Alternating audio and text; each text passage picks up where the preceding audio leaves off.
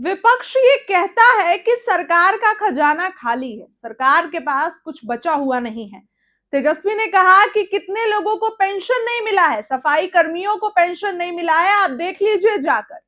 अब अशोक चौधरी ने इस बात को मान लिया है कि सच में वेतन नहीं मिला है। जी हाँ, यानी कि सच में सरकार का खजाना खाली है। अशोक चौधरी ने ये बातें साफ साफ कह दी है। सवाल उठ रहा है कि क्या सच में, देखिए अशोक चौधरी बिहार सरकार के मंत्री हैं और उन्होंने वेतन नहीं मिलने की बात को स्वीकार लिया है। सुनिए वो लाइन अशोक चौधरी का। खजाने में बात है कि वेतन नहीं मिल पा रहा है कुछ कर्मचारियों को। ठीक है, कुछ समस्याएं हैं, कुछ उसको रेक्टिफाई हो रहा है। फाइनेंस मिनिस्टर जी ने तो स्पष्ट रूप से कहा है, हम लोगों ने सब काम कर रहे हैं।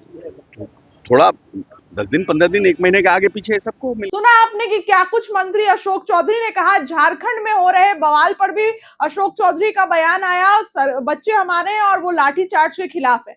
तो यही लाठीचार्ज तो बिहार में भी हुआ था, यही लाठीचार्ज तो दिल्ली में भी हुआ था। अशोक चौधरी के बयानों को आपने सुना कि क्या कुछ अशोक चौधरी कह रहे हैं। और फिर से सुनिए क्या कुछ मंत्री अशोक चौधरी कहते नजर।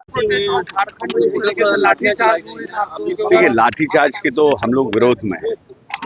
ये हमारे बच्चे हैं, जो पुलिस के लोग हैं वो भी हमारे हैं और जो बच्चे हैं वो भी हमारे हैं। तो किसी भी परिस्थिति में लाठीचार्ज करने से परहेज करना है, जो हमारी सरकार ने पिछली बार भी यहाँ किया। अच्छा, आज झारखंड बंद है।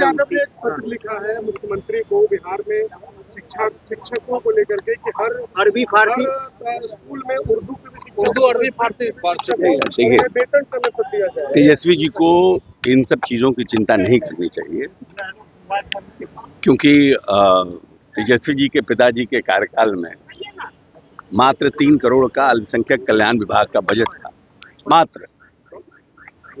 और आज का बजट पता कर लें तेजस्वी जी, और हम लोगों ने बाज़ाब्ता 7th पे स्केल और सब कुछ हम लोगों ने दिया, नीतीश कुमार जी ने दिया है। और लगातार उर्दू को प्रोत्साहित करने के लिए, और माननीय मुख्यमंत्री ने स्पष्ट रूप से कहा है कि जो पढ़ाई हो रही है उसमें हम और कैसे कर सकते हैं। जो हमारे कॉलेजेस खुल रहे हैं, जो हमारे नए स्कूल खुल रहे हैं, उसमें उर्दू की भी पढ़ाई कैसे हो, उस पर विचार हो रहा है। तो वो चिंता का विषय नहीं है। चिंता का विषय ये है कि हम कैसे आने वाले समय में अपने बच्चों को गुणवत्तापूर्ण शिक्षा प्रदान करें।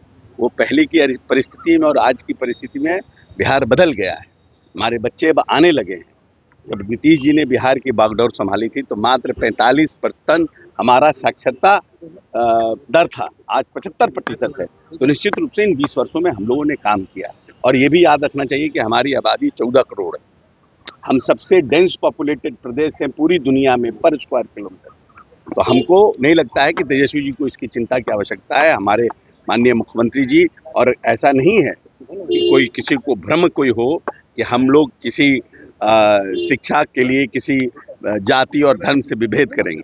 खजाने में बात है कि वेतन नहीं मिल पा रहा है कुछ कर्मचारियों को। ठीक है, कुछ समस्याएं हैं, कुछ उसको रेक्टिफाई हो रहा है। फाइनेंस मिनिस्टर जी ने तो स्पष्ट रूप से कहा है, हम लोगों ने सब काम कर रहे हैं।